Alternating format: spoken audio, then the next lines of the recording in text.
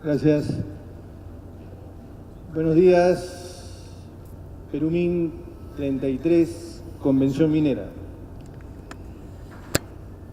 Quisiera también saludar a mis amigos Juan Mendoza, Roque Benavides y a la doctora Sol Carreño y pedirles a ustedes un par de minutos antes de ingresar directamente a mi exposición y pedirle desde luego también a la conductora, la doctora Sol Carreño, para exponer, para explicar cuál es la mirada de la Defensoría en relación a la minería y los derechos humanos.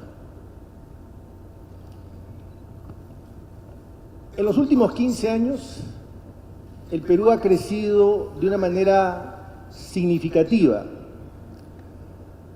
Como nunca antes hemos crecido y al propio tiempo hemos logrado reducir significativamente la pobreza. Hemos pasado de 60% a algo menos de 20% en pobreza.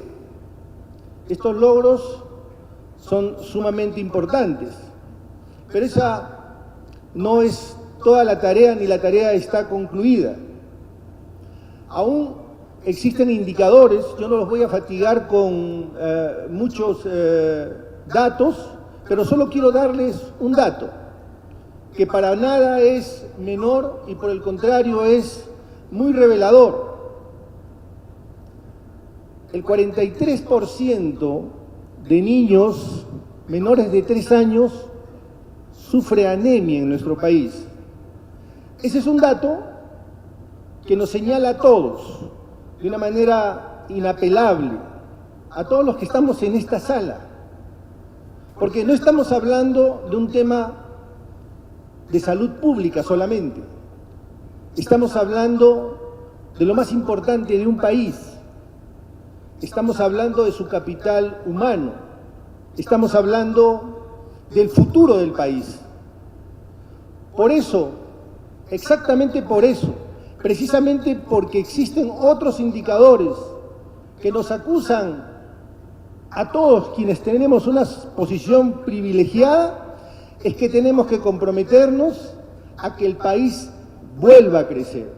2.5% de crecimiento es un estándar aún mediocre para poder encarar y hacer frente y revertir todos esos indicadores sociales que hagan que el país sea o empiece a ser un país desarrollado. Por eso, en este foro, que al cabo de los años, edición tras edición, se ha convertido en un espacio para reflexionar respecto de los problemas de la minería, al propio tiempo también se ha convertido en un espacio para reflexionar sobre los problemas del país. Nos guste o no, el pasado, el presente y el futuro del país está ligado a la minería. Nuestra ventaja competitiva, una de nuestras ventajas competitivas es la minería. El Perú hace 40 años tenía un producto bruto interno más grande que el de Chile. El cobre es el salario de Chile. Esa no era una frase de un empresario minero chileno, no fue una frase de un político conservador chileno, fue la frase de Salvador Allende. Hace 40 años se tuvo muy claro que el motor que empujaba el desarrollo del país sureño pasaba por impulsar la minería y otros sectores económicos. Por eso es importante que tengamos muy claro esto. Aún nos queda una pequeña pero clara posibilidad de subirnos al vagón del desarrollo, porque los precios del cobre suben. Un ciudadano norteamericano consume 13 kilos de cobre. Un chino consume 2.5 kilos de cobre y un hindú 2.5 kilos de cobre. El potencial de consumo es enorme. Ni el político más visionario chileno tenía en su variable hace 40 años que un gigante iba a introducir a la clase media china personas por centenares. Ni el más visionario de los políticos iba a advertir que la tecnología de nuestra hora iba a demandar cada vez más cobre. Y solo pongo el cobre como ejemplo, porque nosotros somos un país que también tiene plata, oro, zinc. Tenemos una clara posibilidad. Por eso planteo un pacto nacional por el desarrollo del país basado en nuestras ventajas competitivas, que no solamente es la minería, pero principalmente la minería, para hacer realidad los derechos fundamentales.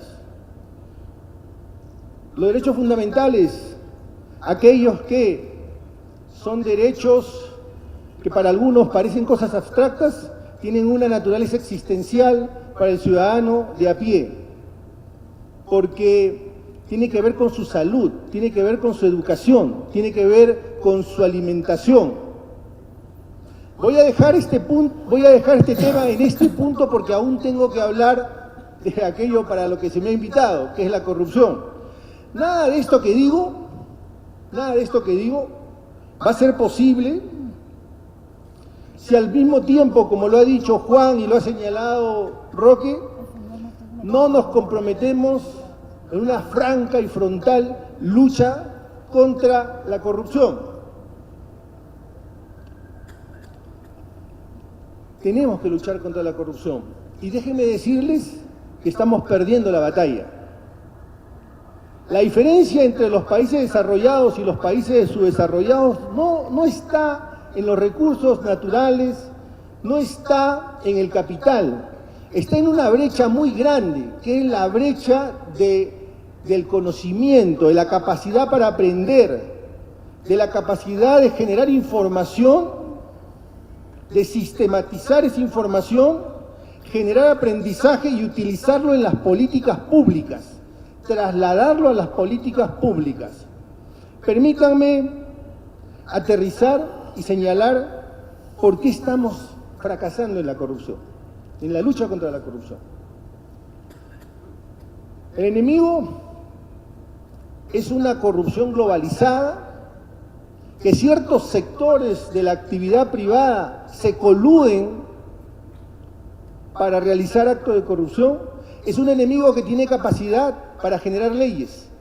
Es un enemigo que tiene capacidad para cooptar ciertos funcionarios de determinado nivel, para cooptar ministros, presidente de la República, para ir al Poder Judicial y salir impunes. No podemos luchar contra la corrupción con formatos y modelos del principio del siglo pasado. Y voy a poner ejemplos. Roque señalaba hace un momento que son 12.000 millones de soles, dato que hemos proporcionado nosotros, el costo de la corrupción. Y Juan señalaba, el costo no se puntualiza o se reduce a esa cifra. El costo es mucho mayor. En este momento yo no les puedo decir cuál es el costo de la corrupción, pero lo que les puedo decir es que ninguna sociedad, ningún país puede pagar de una manera permanente, ninguna democracia puede pagar de una manera permanente el costo de esta corrupción, de esta nueva oleada de corrupción. Hace 8 meses se ha dado el Decreto Supremo 003, cuyo propósito era que no se rompa la cadena de pagos de estas empresas que habrían participado en actos de corrupción.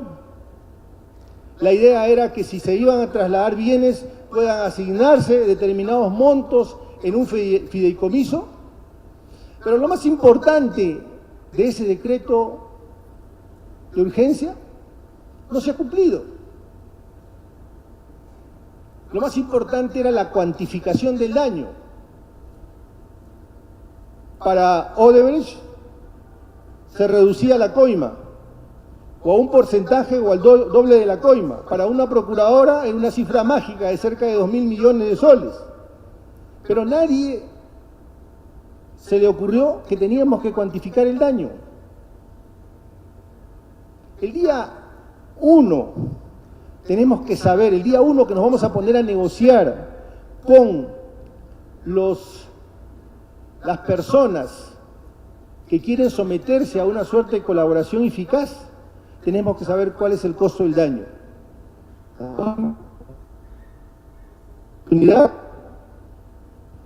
El daño social que se ha generado, en realidad existen varios modelos.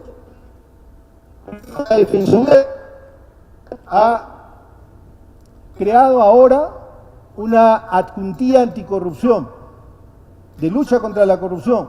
Algunos de ustedes se preguntarán, ¿pero qué hace la Defensoría con una adjuntía de lucha contra la corrupción? Si para eso existe la Fiscalía, la Procuraduría, el Poder Judicial, la Contraloría General de la República.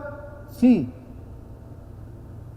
La idea es que la Defensoría va a generar información, ese conocimiento del que hablaba hace un momento, esa brecha, reducir esa brecha y poder trasladarla al sector público y al sector privado para poder luchar inteligentemente contra la corrupción. Y en este punto quiero darles justamente este dato. La Defensoría está presentando una propuesta de cuantificación del daño, de cuánto ha costado la corrupción, para lo cual hemos hecho una investigación de más o menos 300 casos de corrupción y cómo es que se ha cuantificado el daño en nuestro país. Y también puedo decir que el doctor Juan Mendoza nos ha ayudado en la parte económica.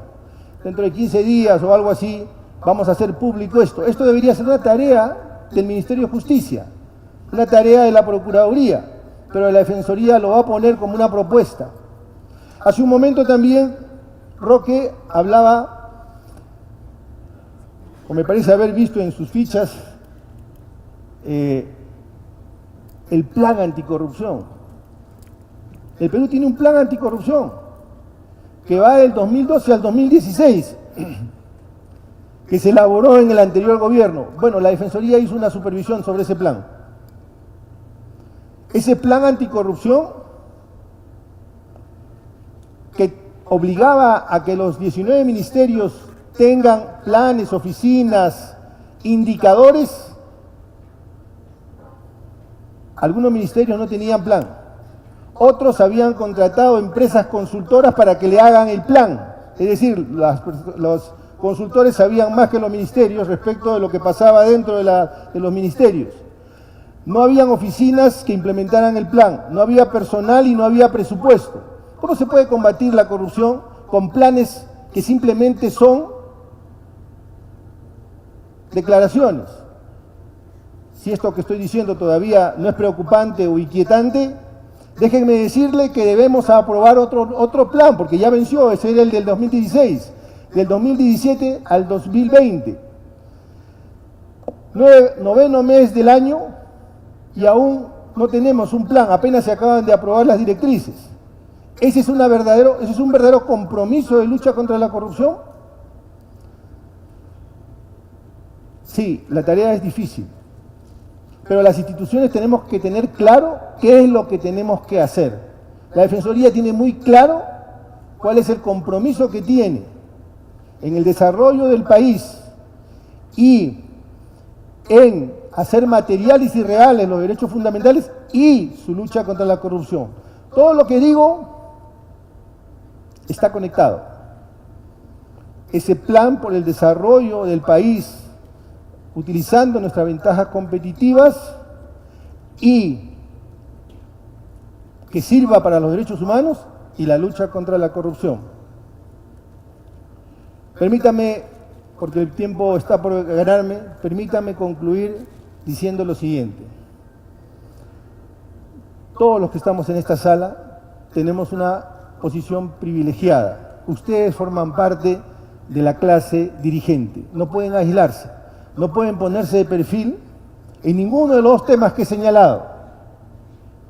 Porque para parafrasear al historiador griego, les diré que solo pueden sobrevivir los pueblos que son capaces de tolerar, de soportar sus males, pero que también tienen los hombres que son capaces de encontrar los remedios para estos males. Muchas gracias.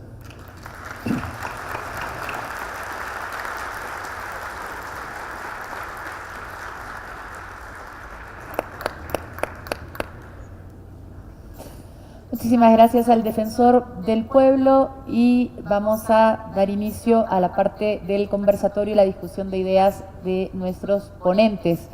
Yo los he escuchado con mucha atención, igual que toda la sala, y no puedo dejar de pensar en una cosa. El representante de los académicos tiene completamente ubicado el tema de la corrupción, el impacto que tiene en el país, el daño que nos hace. Desde el punto de vista de los empresarios, es clarísima la voluntad de luchar contra la corrupción, se habla de planes, se habla de estrategias, se habla incluso de sanciones a miembros que han incurrido en conductas sancionables, por llamarlas suavemente.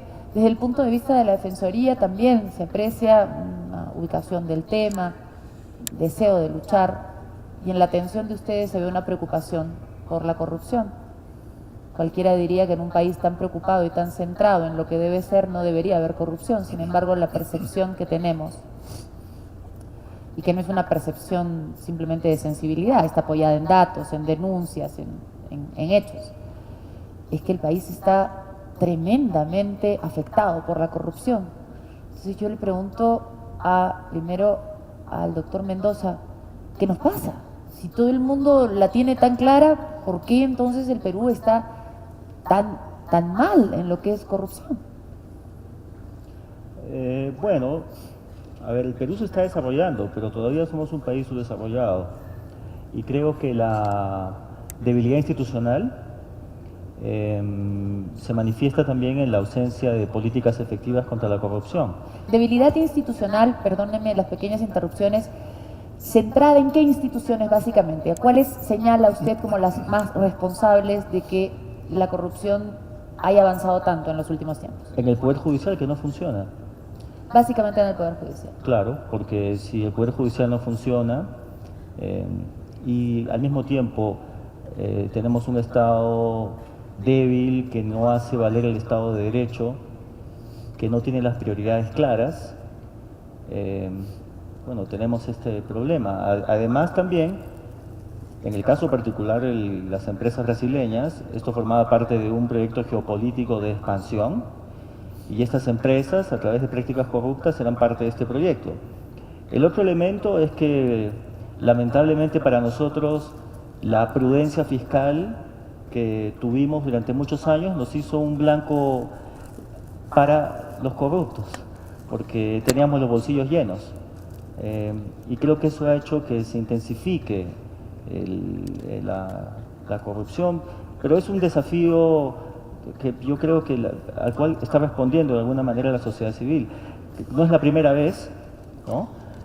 Alfonso Quirós tiene un libro muy interesante, La historia de la corrupción, y él dice que la historia de la corrupción empezó el 28 de julio de 1821 en el Perú, ¿no? El primer acto de la corrupción es precisamente la deuda externa que se infla enormemente con respecto a las personas y los países que nos habían ayudado a emanciparnos. Y en el siglo XIX la corrupción enorme, la empleomanía, en la época de bonanza, la prosperidad falaz del guano, en las palabras de Basadre, nos llevó al colapso del Estado, al endeudamiento irresponsable, a la pérdida de la guerra del Pacífico y a básicamente el refundar el Estado peruano. Yo quisiera interrumpirlo en este momento porque su mención al caso del guano nos lleva a pensar en esta famosa frase de la maldición de los recursos naturales, de la cual alguna gente habla tanto, cuando en realidad el recurso natural debería ser siempre una bendición para ser bien utilizado. Y me trae a la minería, porque el gran recurso del Perú, ahora tenemos muchos, pero creo que todos coincidimos en esta sala en que el gran recurso del Perú es el recurso minero. Y yo le pregunto entonces a Roque Benavides, ¿se está desperdiciando, como en la época del guano, la tremenda bonanza que nos puede traer la minería? No sabes cuánto aprecio que me haya tocado contestar esa parte, porque realmente mucha gente, especialmente los que creen que la minería no aporta, quieren compararlo con el guano y el salitre. El guano y el salitre eran recursos limitados, que por supuesto nos llevaron a momentos históricos muy difíciles en la historia del Perú. Sin embargo, no se dice que países como Canadá, Australia, Sudáfrica, Estados Unidos, Chile, se han desarrollado en base a los recursos naturales mineros y que, por supuesto, todavía hay una gran demanda y un gran potencial para encontrar muchísimos más yacimientos. En el Perú solamente se desarrollan en este momento recursos mineros que tienen afloramiento en superficie. No hay un solo yacimiento en el Perú que no tenga afloramientos en superficie y que esté en operación. ¿Ustedes se pueden imaginar cuál es el potencial para encontrar más yacimientos en nuestra patria? Y por supuesto, si nos ponemos a soñar, hasta el día de hoy no se desarrolla un solo yacimiento en la base marina, debajo del mar. Y yo creo que el Perú se ha beneficiado con los recursos naturales que se han desarrollado. No podemos volver a cometer el error que cometimos cuando el nefasto gobierno del general Velasco generó una situación de inestabilidad terrible. Recordemos que desde la decisión para desarrollar Cuajone, 1969, hasta la decisión para ir adelante con Yanacocha, 1993, pasaron 24 años sin que se desarrollara un solo proyecto minero en el Perú, mientras que en Chile, en Canadá, en Australia, se desarrollaban ingentes recursos. Lo que hemos perdido son 2 décadas o 3, pero ciertamente el sector minero ha contribuido y va a seguir contribuyendo. Y cuando hablamos de corrupción, a veces nos quedamos pues en lo negativo, y yo no quiero, pensaba después de haber hecho mi presentación, dejar de hacer mención y reconocimiento, rendir mi homenaje a grandes mineros del Perú, a gente como don Ernesto Bertelchutz, a gente como don Jesús Arias, a gente como Lucho Hochschild, asesinado por el terrorismo, a gente como mi padre, y por supuesto a los millones de peruanos que dependemos de un sector tan importante como la minería. Voy a regresar al tema porque hay una parte de la pregunta que no terminó de responder, pero quisiera que vayamos con el defensor del pueblo, que ha dicho una cosa muy interesante que quisiera que explique un poco más. Estamos hablando del tema de corrupción, estamos hablando esto vinculado dentro de lo que es una convención minera, y usted nos habló del papel que tiene la minería en relación al desarrollo de los derechos humanos. Entonces yo quisiera pedirle que me junte un poco las 3 ideas, es decir, cómo lograr que el desarrollo minero se dé no solo dentro de un marco de respeto a los derechos humanos, que muchas veces se identifican solo con respetos de las comunidades, pero en realidad yo creo que involucra a todos los peruanos. ¿Cómo lograr que ese desarrollo impacte en los derechos humanos de todos los peruanos? ¿Tiene usted alguna perspectiva sobre eso? Sí, gracias. En realidad, si no logramos que la minería se legitime desde el punto de vista social, difícilmente vamos a tener como aliados a los propios ciudadanos. La manera de legitimar la minería, que la gente entienda que es la pista que nos conduce al desarrollo, es que esos recursos, ese impuesto a la renta, ese canon, todo eso se destine a desarrollar derechos que una gran cantidad de ciudadanos no tiene: salud, educación, alimentación, lo que dije hace un momento. Eso es lo primero, y no solamente el Estado, porque ahí hay un error. La minería moderna, la minería comprometida con los derechos humanos, debe entender que este es un Estado débil, Este es un Estado cuyo brazo no alcanza a todas las partes del país.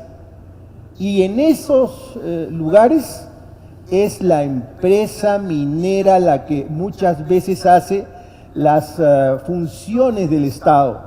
Y no puede escamotear esa labor que de alguna manera, obra por impuestos o cualquier otra herramienta que se pueda utilizar que compense justamente ese accionar de la minería, va a hacer que la legitime, tiene que involucrarse con las personas, con la realidad.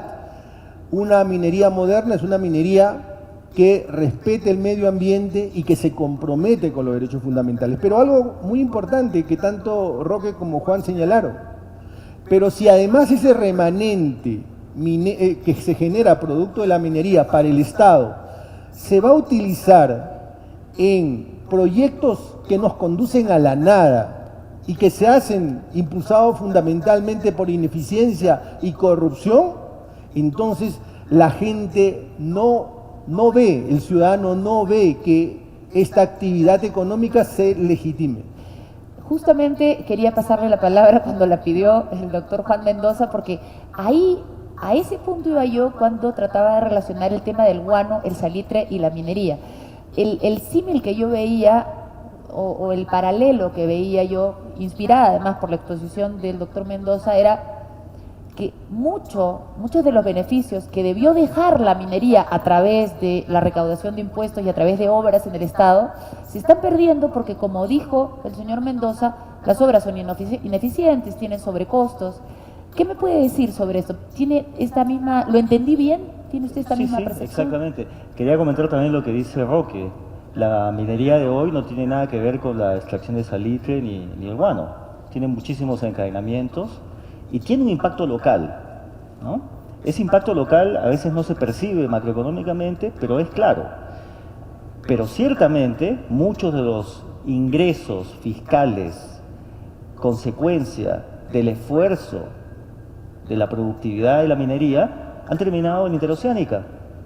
Que es como terminar en el agua. Van a terminar en Talara, van a terminar en la línea 2, que es o corrupción o ineficiencia. Y esa es una tragedia, porque trabajamos para que haya redistribución, porque no se crea nada en favor de quienes no tienen, digamos, los incentivos están completamente distorsionados en ese caso.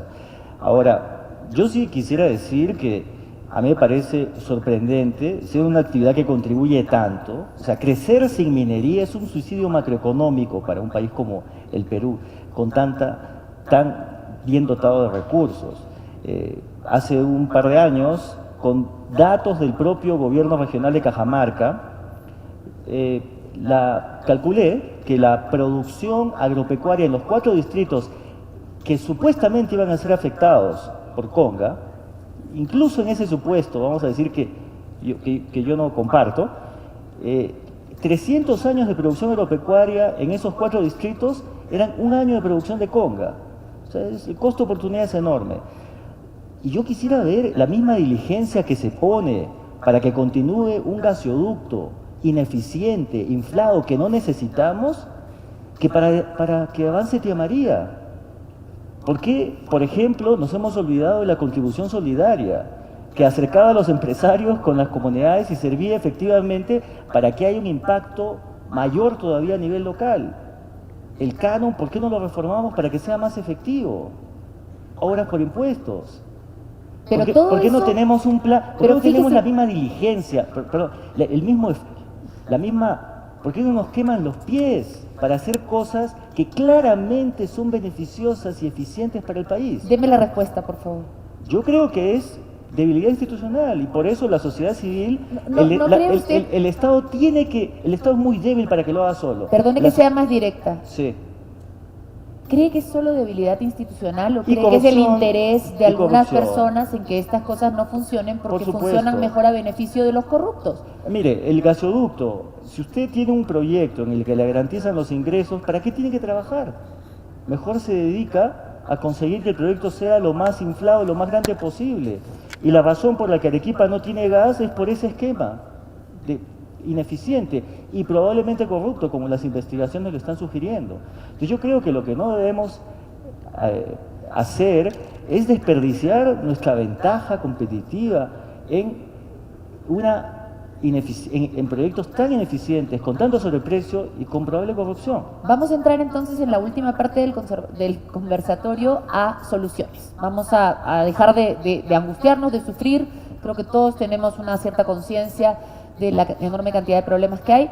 Y vamos a plantear agenda pendiente, que era lo que se le quedó, y opiniones de pasos concretos, pero muy concretos a seguir de cada uno. Yo le voy a hacer una pregunta incómoda, me toca el señor Roque Benavides. Usted mencionó en su exposición que como CONFIEP tienen una posición institucional de rechazo a la corrupción y que incluso han sancionado a algunos de sus miembros, dijo usted, eso sí, sin hacerlo público porque no hay que hacer escarnio. Permítanme todos incidir un poco en eso y quizás hasta discrepar. ¿No cree usted, señor Benavides, que esta sensación de impunidad tan dañina que hay se acrecienta si se sanciona en secreto? Es decir, existe una percepción del empresario que protege al otro empresario. Si usted mismo sostiene de pie y fuerte que los empresarios no son en su mayoría corruptos, ¿por qué no señalar y separar públicamente al que sí lo es, dando así un gesto también a la población común de que eso no se acepta? Dicen que no hay pregunta indiscreta sino respuesta indiscreta. Y la tuya no es indiscreta y mi respuesta tampoco va a ser indiscreta. La verdad es que quien tiene que juzgar y sentenciar es el Poder Judicial en un Estado de Derecho.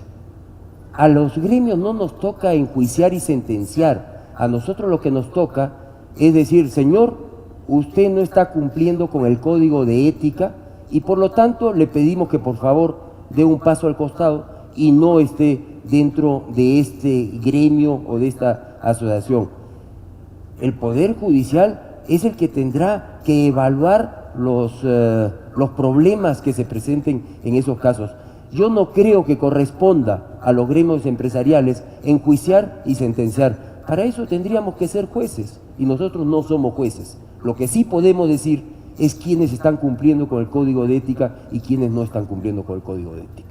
Bueno, muchísimas gracias por la respuesta. Vamos a las estrategias del Estado. ¿Qué estrategias propone el Defensor del Pueblo? Estrategias concretas y que se puedan aplicar para ver una diferencia en el corto plazo de preferencia. La impresión que tenemos desde la Defensoría del Pueblo es que los formatos, las medidas que estamos utilizando de lucha contra la corrupción son estupendas, pero para una corrupción del siglo pasado.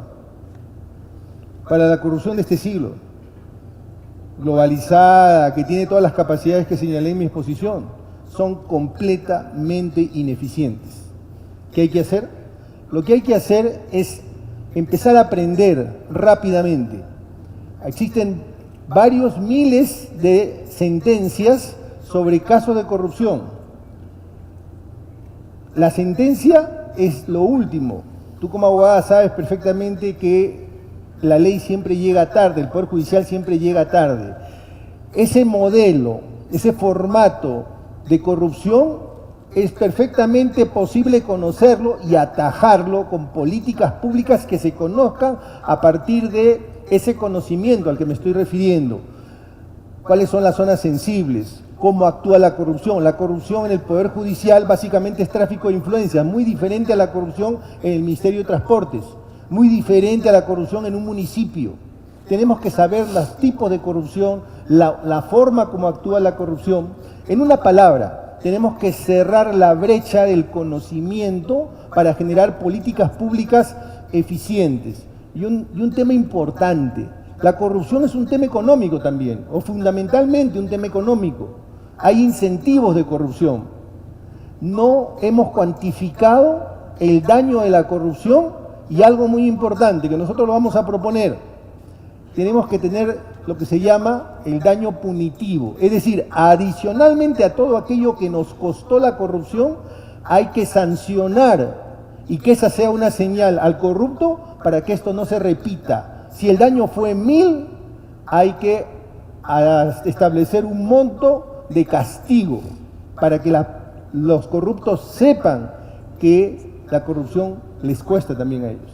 Muchísimas gracias. Yo quisiera que el doctor Juan Mendoza nos hable un poco del decreto de urgencia 003 y cuál es su importancia dentro de este tema, porque todos lo mencionaron en algún momento y sin embargo ninguno ha profundizado en eso. Bueno, esa es la medida más importante anticorrupción que ha dado el gobierno y me parece que no es buena, porque básicamente apunta a que haya un fideicomiso, un fondo, ¿no es cierto?, para que después se pague la reparación civil. Pero como dice Roque, el juez determina la culpabilidad, no podemos adelantarnos. Cuando nos adelantamos, entramos a un montón de problemas, causamos problemas a terceros.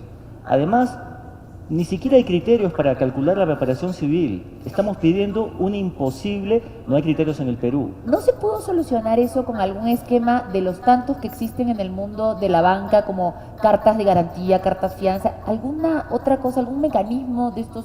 A ver, metodologías de cálculo de reparación civil hay un montón. Lo que me sorprende es por qué no se tomaron en cuenta. Yo pienso que probablemente lo mejor que tendríamos que hacer con ese decreto es o dejarlo de lado o cambiarlo fundamentalmente. Porque, ¿qué tal si cambiamos la cultura de dejar de lado las leyes y pasamos a una cultura de modificar las leyes que son malas? Probablemente, pero más fácil es comenzar de cero cuando se hacen mal.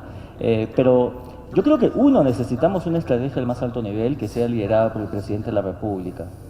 En segundo lugar, necesitamos cosas concretas, ¿no? Que es bien importante que se calcule el daño y que además haya una multa, porque se tiene que disuadir el comportamiento corrupto. Pero calcular el daño, por ejemplo, debe Sí. estar en manos de una procuradora. Yo quisiera que cada uno me dé la respuesta brevemente. ¿Le parece que calcular el daño que le ha causado la corrupción al Perú en los últimos años, dentro de un esquema tan complejo y tan aparentemente monstruoso como el de Odebrecht, cabe encargárselo a una procuradora? No, el procurador tiene que hacer una propuesta, pero en nuestro país la reparación civil, de acuerdo a nuestras leyes, las dicta el juez una vez que se termine el proceso. Aún Por eso que vayamos a eso. Por eso que el 003 no sirve. ¿Qué piensa Roque Benavides de esto? La verdad que a mí me da la impresión, bueno, somos dos abogados y dos que no somos abogados, me da la impresión que no estábamos preparados para un escándalo de esta magnitud. Yo creo que nunca se ha visto con tanta descarne un acto de corrupción de esta magnitud. Y en ese sentido, conversaba, por supuesto, con el defensor del pueblo, el doctor Walter Gutiérrez. Él tiene ideas y yo creo que es más la persona indicada para decirnos. Yo creo que la Defensoría del Pueblo es quien debería orientarnos. Las instituciones tutelares, no somos los gremios los que vamos a decir cómo se ataca este caso puntual. Los jueces tampoco, los jueces tendrán que evaluarlo. Yo creo que tiene que haber instituciones tutelares como la Defensoría del Pueblo que nos orienten en cómo tratar un tema como este. Pero y la no es que yo Defensoría- quiera pasarle la pelota, pero es que Un corresponde. poco que le pasa la pelota, y además tenemos un problema, que el papel fundamental de la Defensoría no es ese. El papel fundamental de la Defensoría, nos lo dirá el defensor, pero era básicamente proteger al ciudadano de los abusos del Estado, no de los abusos de los corruptos. Aunque claro, lo podríamos estirar y decir que nos va a proteger de la ineficiencia del Poder Judicial para protegernos de la corrupción. ¿Lo vemos por ese lado o cómo? A ver, con todo respeto y afecto, tengo que discrepar frontalmente de esa afirmación. El artículo 162 de la Constitución ni siquiera admite interpretación, porque literalmente le da 3 funciones a la Defensoría. Es verdad, la defensa y promoción de los derechos fundamentales, pero a continuación dice, y algo que no se ha hecho mucho y por eso es que yo lo estoy implementando, es que se ocupa de la marcha, le hace eficiencia de la administración pública, es decir, del Estado. Por lo tanto, sí es una competencia. Claro, por eso le dije, del Poder Judicial, a través de todo el perseguir Estado, de todo pero el se va a Estado. dejar. Fíjese usted el problema que hay cada vez que una institución trata de meterse con la otra y cómo saltan y cómo dicen este no es superior a mí, no me puede fiscalizar a mí, las peleas entre el Congreso, el Tribunal Constitucional, el Congreso y el Ejecutivo. No se preocupe, ¿Cree esas- usted que la Defensoría va a poder defendernos No, de la ineficiencia del Poder Judicial? No, no creo, estoy convencido. Bueno, qué bien.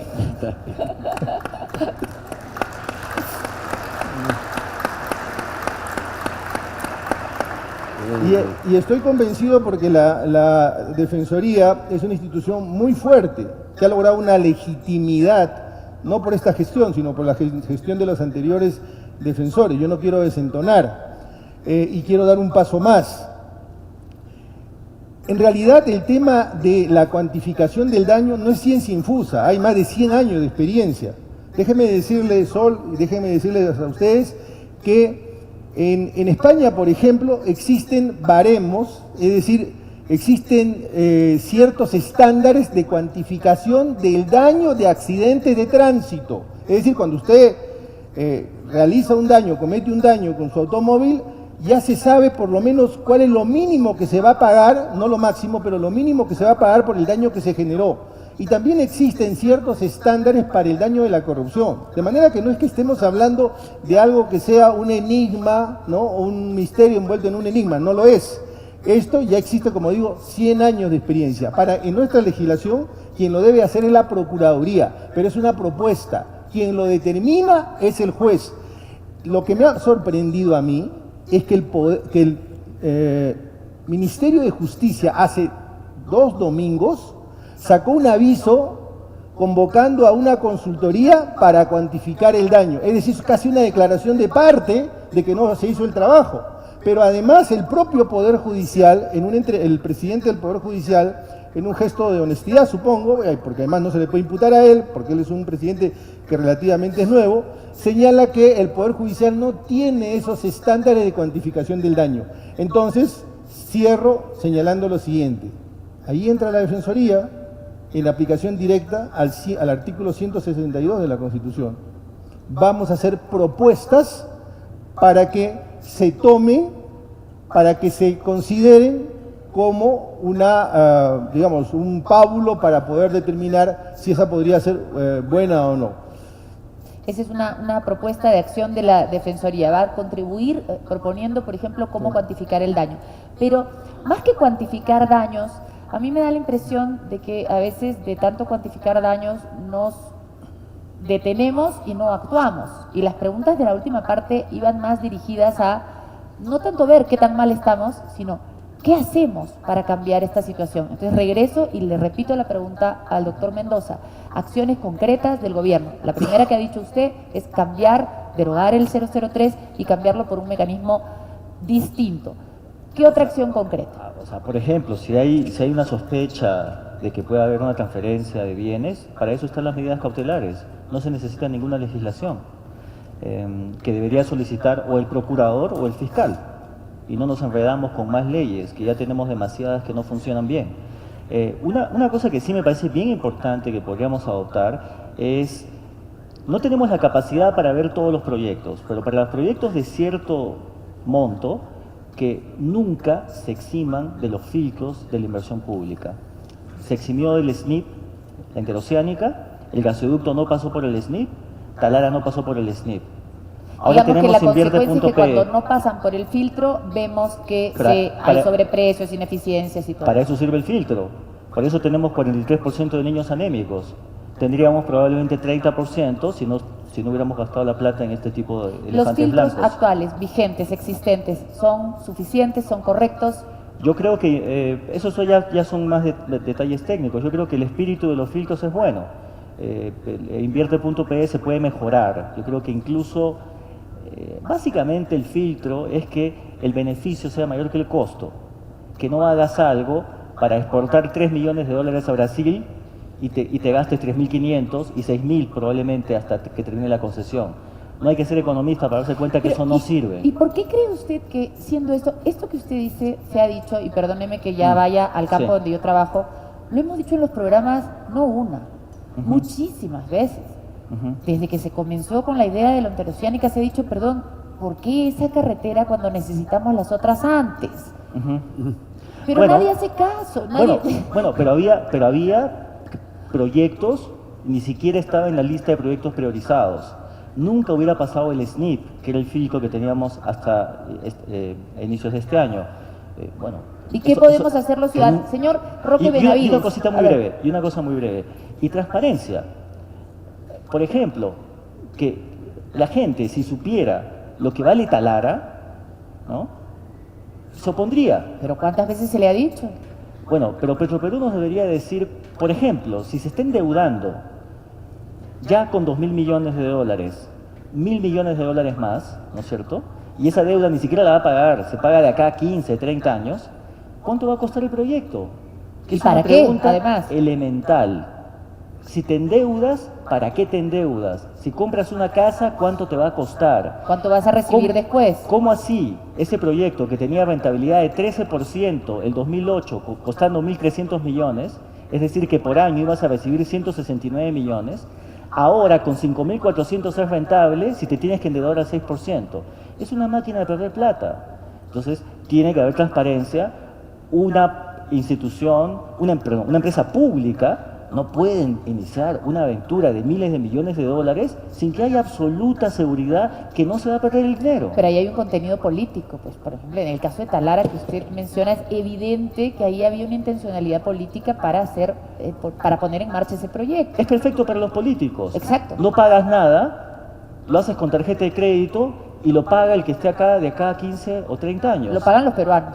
Tienes un rédito político, algo se moverá el PBI, ¿no es cierto?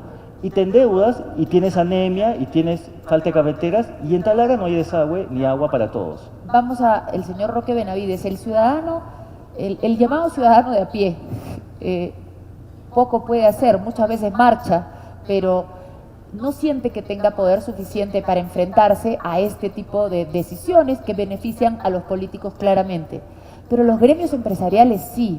¿Cuál es el papel de los gremios empresariales para tratar de evitar en el futuro o de paralizar incluso este tipo de obras que han demostrado ser ineficientes, elefantiásicas y que poco benefician al Perú en general? Gremios empresariales privados.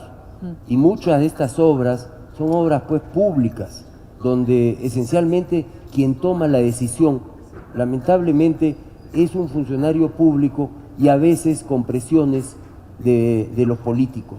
Es evidente que en los casos que menciona Juan han habido presiones políticas, intereses individuales, intereses no santos, y por supuesto eso nos lleva a pensar que las obras y los proyectos de esta magnitud deberían pues ser hechos ya sea con asociaciones público-privadas o esencialmente que el privado sea el que corre el riesgo. Eso es lo que se ha transformado en el Perú en los últimos 25 años, pero pareciera, especialmente en los últimos 5 años, que ha habido una vocación por el estatismo. La verdad es que el señor Humala no pudo hacer más porque nosotros hemos desarrollado algunos candados, y los repito siempre para que lo sepamos todos. Los candados son que hemos firmado tratado de libre comercio con 2/3 partes del Producto Bruto Global, y en cada tratado de libre comercio hay un capítulo de defensa de la inversión. Tenemos grado de inversión, ni siquiera la gente menos sofisticada quiere perder ese grado de inversión. Somos parte de la Alianza del Pacífico, países exitosos, y por supuesto tenemos un Banco Central de Reserva absolutamente independiente. Esos son candados que hemos hecho. Ahora, propuestas concretas. Yo conversaba con alguien que conoce el tema de la refinería de Talara. Ya estamos comprometidos, 5.500 millones de dólares. Nosotros lo hemos dicho públicamente. ¿Se puede parar? No, no se puede parar, dice el gobierno. Bueno, ¿por qué no regresamos a esos esquemas que se plantearon hace muchos años? ¿Por qué no buscamos algún inversionista que venga y que ponga la plata que queda, lo fuera necesario, y por supuesto haga un gran centro de refinación y por supuesto petroquímica, pero a riesgo del privado, a riesgo de gente que conozca de este negocio? La verdad es que cuando vemos que Repsol gasta 800 millones de dólares para quitar el azufre del diésel, y dicen que Petroperú va a hacer lo mismo, pero gasta 5.500, alguien me dice, no, pero es solamente el diésel para la gasolina. Bueno, para la gasolina serán 800 más, 1.600. Contra 5.500, la verdad, acá nos han puesto un Ferrari.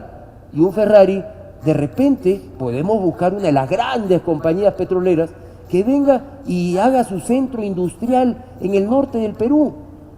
Han puesto un Ferrari, pero no hay carretera para manejarlo. No, por supuesto que no hay carretera para manejarlo, pero nosotros tú has pedido propuestas puntuales. Claro. Y solucionar el problema de Talara creo que pasaría por buscar a algún inversionista que venga y nos acompañe y que por supuesto es como siempre decimos, la inversión extranjera, porque tendría que ser una empresa extranjera, es como la cereza encima del helado, siempre cae bien.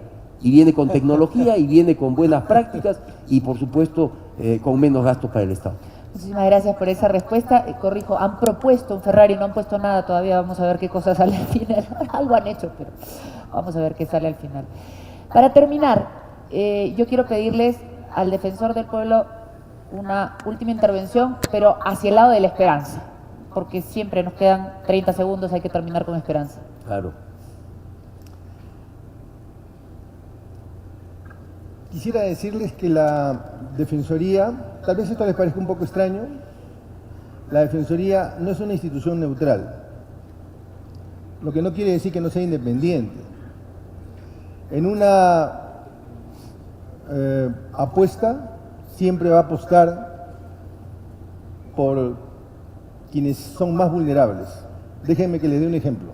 En la huelga de profesores existe el derecho de huelga, pero también existe el derecho a la educación. La Defensoría apostó por los estudiantes, porque ellos eran los más vulnerables. Esto lo digo porque la Defensoría apuesta por el desarrollo del país, pero con una nueva minería. La minería que respeta el medio ambiente, la minería que se compromete con los derechos fundamentales. Cuando yo me subo a un taxi y hablo con el taxista, me he dado el trabajo de preguntarle, ¿y qué te parece si el Estado invierte o el Estado empieza a gastar todos sus fondos y se genera un desequilibrio y hay inflación? Hablar de inflación es como que se le presente un fantasma, porque hemos sido marcados tan fuertemente que ya se inoculó, ya pobló la mente del ciudadano común. Igual ha sucedido con el TLC. Hace años hablar del TLC era una mala palabra. La gente decía, no, TLC no. Incluso muchos políticos dijeron, yo no voy a firmar un TLC. Hoy tenemos TLC con todo el mundo. Y hemos entendido que los TLC son importantes. Ha llegado el momento en que todos, Estado, ciudadanía y principalmente ustedes, ayuden a entender que la nueva minería, la minería responsable, la minería comprometida con el medio ambiente, comprometida con los derechos humanos y que lucha contra la corrupción, es una minería beneficiosa. No he dicho que esto sea fácil, es cuesta arriba, es difícil, pero créame que es importantísimo de hacerlo de cara al futuro, principalmente por nuestros hijos. Muchísimas gracias al defensor del pueblo, muchísimas gracias a todos nuestros conferencistas esta mañana. Muy bien, muy bien.